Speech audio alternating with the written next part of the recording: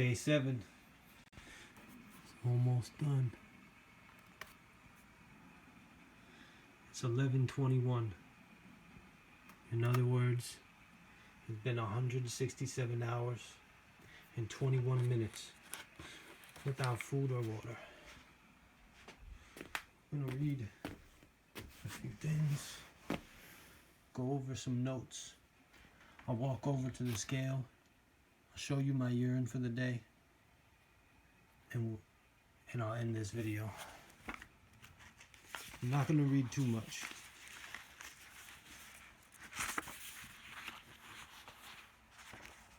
But yesterday I spoke about the ketosis, the burning of body fat, the removal of toxins, metabolic waste, the starvation of and desiccation of viruses, parasites, bacteria, and anything else. That is an added bonus to dry fasting. The greatest part about dry fasting is as follows. Removal of dead and senescent cells. If you can't fix broken cells, get rid of them. Dry fasting can activate a period of aggressive autophagy that eliminates senescent cells. On the third day of a dry fast, bone marrow stem cells are stimulated to produce monocytes to create macrophages. Macrophages are specialized cells that perform a type of autophagic function outside cells by first engulfing senescent cells, much like an autophagosome inside a cell.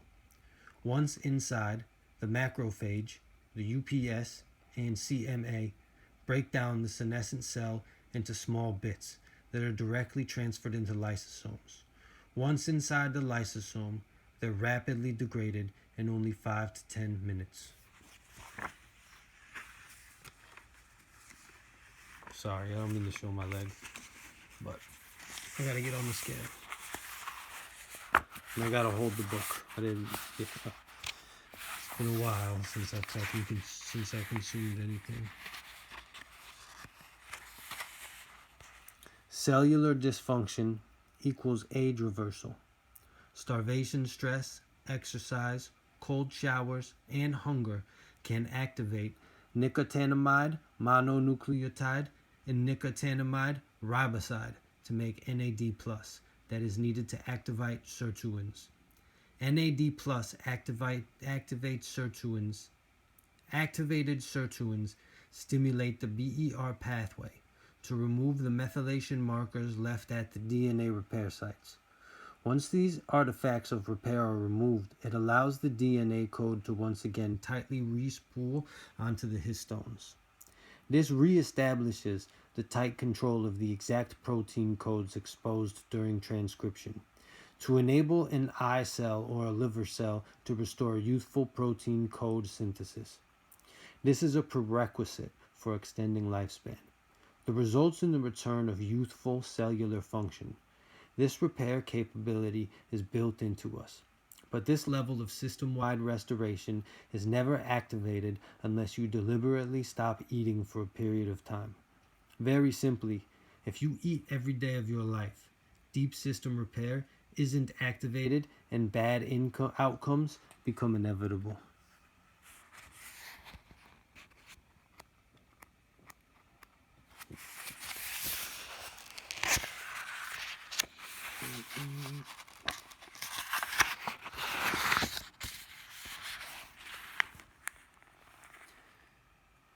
Activating all stem cells at once. Protein kinase A, PKA, is an enzyme created by a gene that prevents stem cell activation. PKA is only turned off after all glucose has been exhausted and insulin levels are severely reduced. PKA is one of a family of enzymes that have multiple functions in cells, but its regulation of the metabolism of glycogen, sugar, and lipids is our focus. Fasting for longer than 48 hours switches metabolism to fat and ketone bodies based on catabolism after glycogen reserves are depleted, therefore reducing IGF-1 and pKa. Glycogen metabolism is associated with the production of IGF-1 and pKa in its role in insulin response.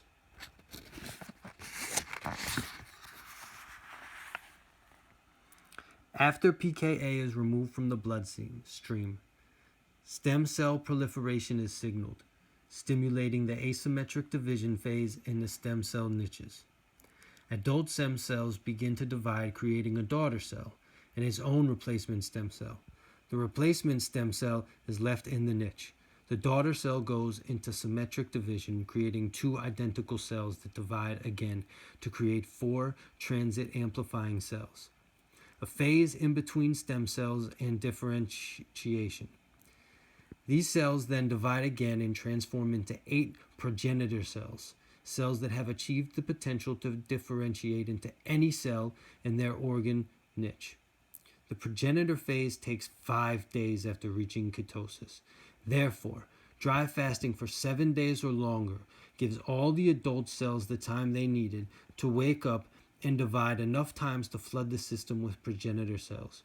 Dry fasting that lasts long enough to provide for this regeneration cycle can provide a unique system-wide regeneration effect. What that means is dry fasting. I'm going to show you the book. Well, first of all, this is the author of the book, August Dunning.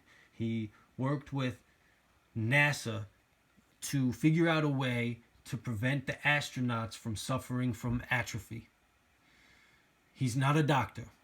However, if there is anybody who was qualified to figure out how to extend life, I believe that August Dunning is one of the guys who has one of the most peculiar insights on this topic, and furthermore, the world's greatest, most advanced tools and research at his disposal. He wasn't the head guy, but he was one of the guys. This is why he has a very powerful insight into it.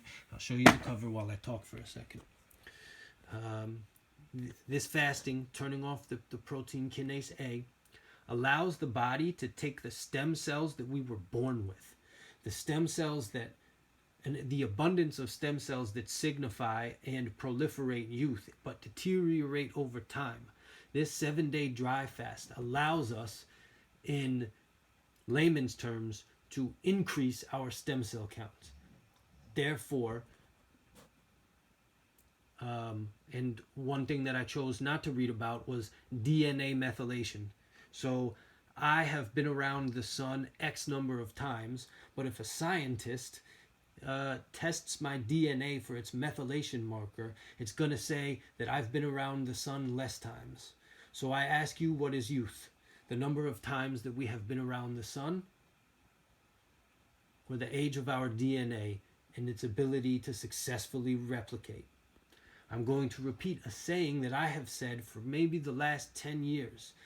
And it must have been said by somebody far earlier and far smarter than me, far more intellectual than me. But I'm in my world, I'm the only one who's ever said this. On a cellular level, the human body has an infinite shelf life. And for that, I recommend that everybody reads the book Dry Fasting. And furthermore, the second book, Neogenesis, with a third book on the way. I myself read the Phoenix Protocol last year. I read it again at the beginning of the fast. I read this in the beginning of the fast. And I read some other books we'll get into later. So now here's my thoughts. My thoughts on the 7th day.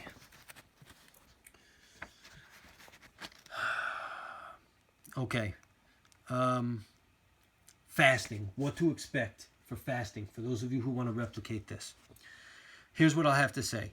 Depending on your experience in fasting, I have experienced with the GAPS diet. I have experienced with just juice fasting. I have experience with just water fasting.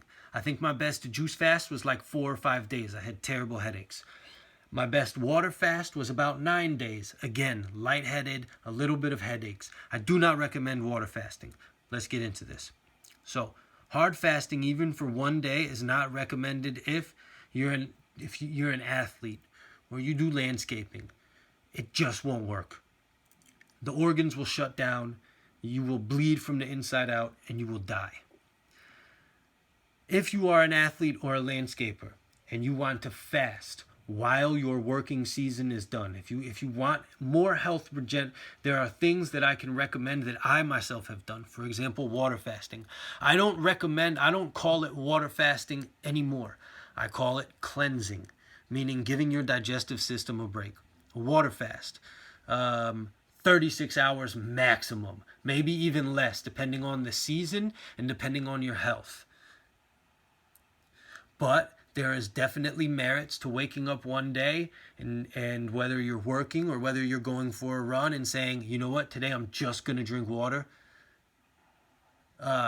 Starting when I went to bed, and then before I go to bed tonight, I'll refeed 24 hours of just water. 36 hours is extreme. 36 hours water fast. Now let's talk about the difference between RODI distilled versus mineral water. And this is a preference. RODI or distilled should be 99.99999% H2O. And that's it. Mineral water has minerals. So understand that if you're doing a water fast, you can go for RODI distilled because in mineral water there are contaminants. But in mineral water, you get minerals, things that you need for your cells to function. Again, I don't recommend water fasts. I myself might imply water-based intermittent fasting, where I'll wake up and just drink water and go for a run on a hot day just for the purpose of excreting toxins through my skin, but I will have to forego performance on that day.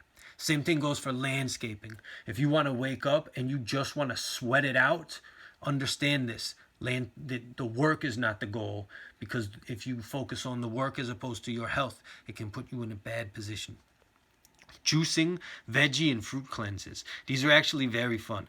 So whether you want to eat solid fruit or you just want to eat the liquid juice, these can be fun because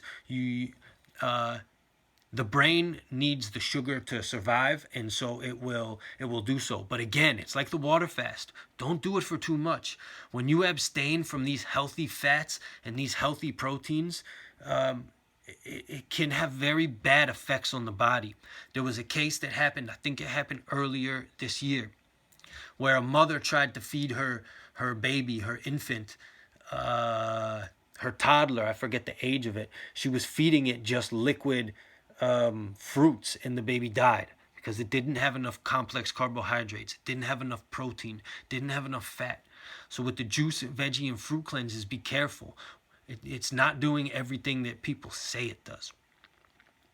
On to the GAPS diet. I do have experience with the GAPS diet. It was one of the first diets that I ever, when I say diet, I don't mean like I'm not eating fish or I'm only eating fish.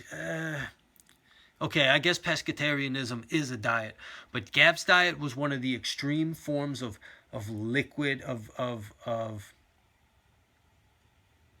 excluding solid foods that I've ever done. And the GAPS diet has medicinal purposes. Consult a physician. Do it properly. Know why you're doing it. For some people who have very bad health, the GAPS diet might be required to be a person might have to be an avid GAPS diet practitioner before they try hard fasting.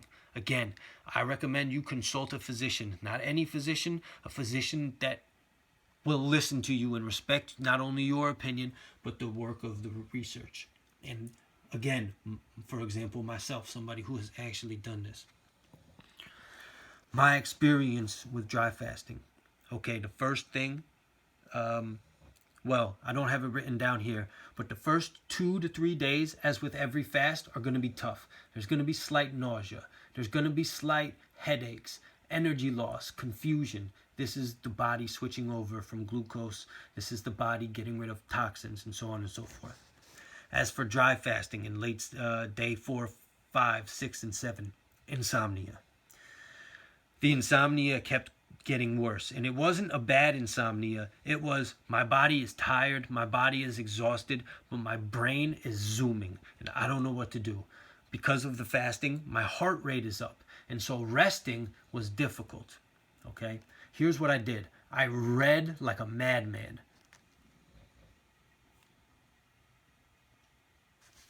Okay? I started off with the Phoenix Protocol. I read this front to back. Then I went on to Functional Immortality, Neogenesis Functional Immortality. This is the sequel to Dry Fasting, same author. I read this one.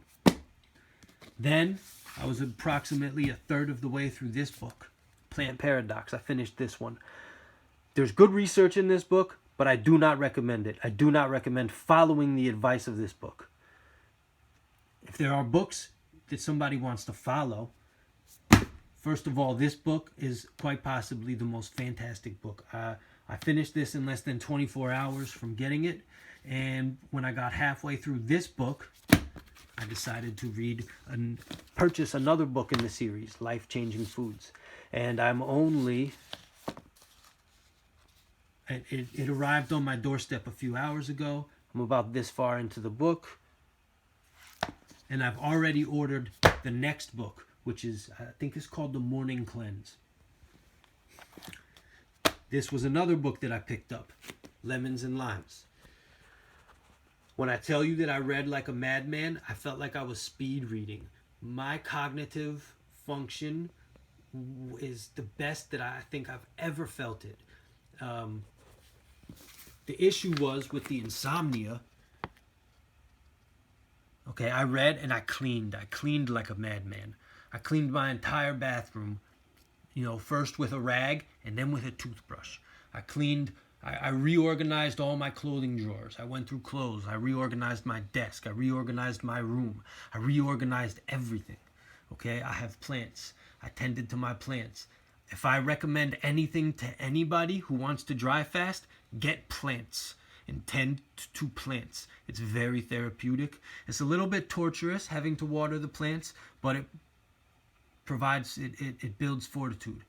Walking around, regardless of the weather.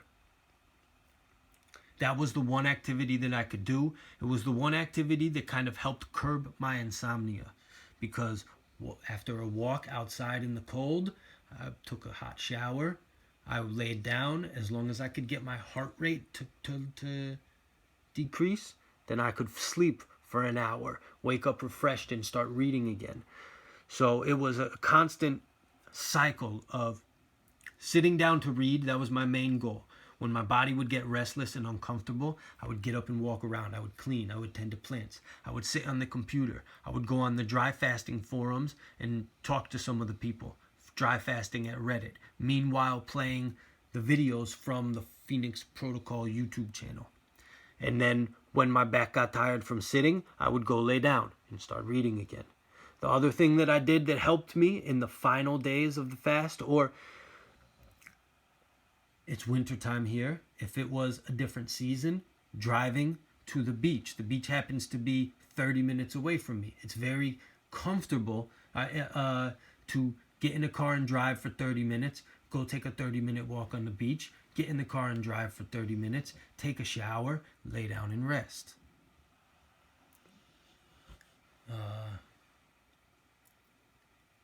Driving around the grocery stores and scoping out what I was going to buy, buying the things and getting ready. That was fun because I drove. I got up, I walked around, I got back in the car, I drove. Okay? The main thing associated with the insomnia was the back and neck weakness / pain. Because I wasn't sleeping and I was hyperactive, I experienced a weakness in my back and neck. I could feel it becoming tired, as if after exercise, because it never got rest. And there's no glucogen, there's no glucose to replace the muscles. That eventually led to pain. Okay, what I would inquire about for the next time I try a dry fast would be a massage, going to a massage therapist, or some type of Eastern medicine lymphatic draining massage, anything that touches on the meridians and pressure point massages. That would probably be very beneficial for a dry fast. Cold, I can't stress this enough, cold immersion therapy. If I had in my possession wetsuit gloves and wetsuit shoes, my fasting experience would have been phenomenal through the charts. When I went in that water, it was very invigorated. And the research states in the book that cold immersion therapy will also help. Now, the next thing I experienced, mind you, I live in New England, and it's cold outside, would be the cracked lips.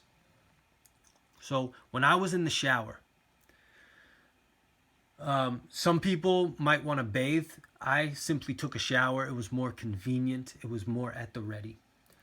What I did was I dried my face off. I dried my hand off. I put my hand over my mouth, and I put my head under the water so that no water would get in my mouth. Because this was my first dry fast, I was extremely strict about the variables or the conditions that would maybe break my dry fast. Now that I think in retrospect, because when I got back from, my lips were terribly cracked when I got back from shopping for all the food today. They still are quite cracked. When I got in the shower at approximately, I want to say 3 p.m. today on day 7, I put water on my finger and I massaged my mouth where all the cracks are, making sure not to let any water into my mouth, and then I massaged my lips on each other to rehydrate my lips. In retrospect, that should have been done every time that I showered, because it did not affect my fast. It did not break my fast. As long as I was careful, I did not get any water in my mouth, and it did not kick me off of the process of the dry fast. And that is basically, so that is what I have learned so far. Now, I'm going to be making more videos. Refeeding day 1, day 2, day 3, and day 4. That's Thursday, Friday, Saturday, and Sunday. There will be a 1 to 2 day delay. But I will have, at midnight, I will put a short on the video, a few minutes, however long it takes to upload, of me opening a bottle of water and taking a sip. Just for confirmation, we'll call it. 7 to 8 days later, I will post another video, getting back to normal. After the first 4 refeeding days, and I might even make day 4 of the refeeding part of the getting back to normal. It is introducing complex carbohydrates and fats very gently, and also juicing light greens, not dark greens, because they are tough on digestion. And then after that, I will do maybe, sometime shortly after that, I will do being back to normal. Full days of work, exercise, and all the worldly responsibilities. So, just to recap the books that I read. The Phoenix Protocol by August Dunning. This is the first book in the series. This is the first book. This has all the information you need to dry fast. Then Neogenesis, Functional Immortality. This covers some of the stuff that was covered in the Phoenix Protocol and goes beyond what to do after the dry fast. Not in terms of refeeding, but when you're living your life. In no particular order. Actually, let's do it in particular order. Even if you're not dry fasting, read this book, Medical Medium, Celery Juice, the most powerful medicine of our time, healing millions worldwide. I have not tried it, but I'm going to employ it. And I have zero doubts that this is going to be a hype. This is definitely going to be everything it's cracked up to be. This is by Anthony William. The next book that I chose, that I'm just reading right now, would be Life-Changing Foods. Let's look at the contents. Okay, so we're talking about all the different types of foods and the research behind why these foods are great foods.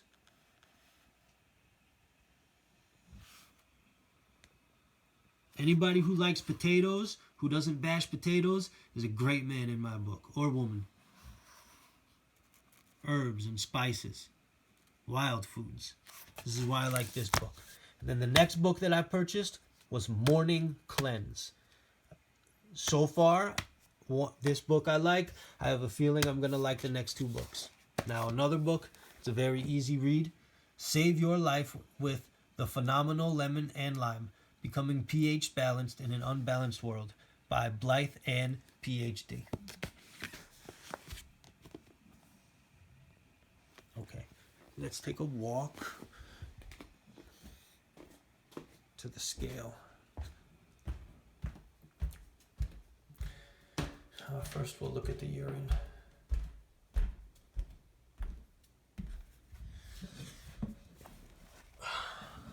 So, just to recap, I don't have as much light as I usually did.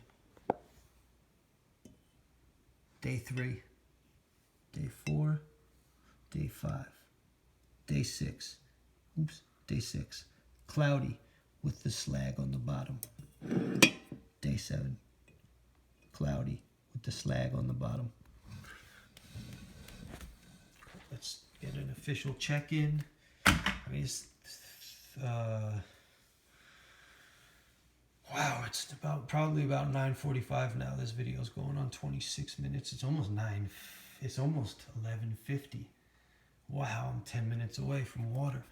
I don't know what to do with myself. I don't know if I can wait. No, I can wait.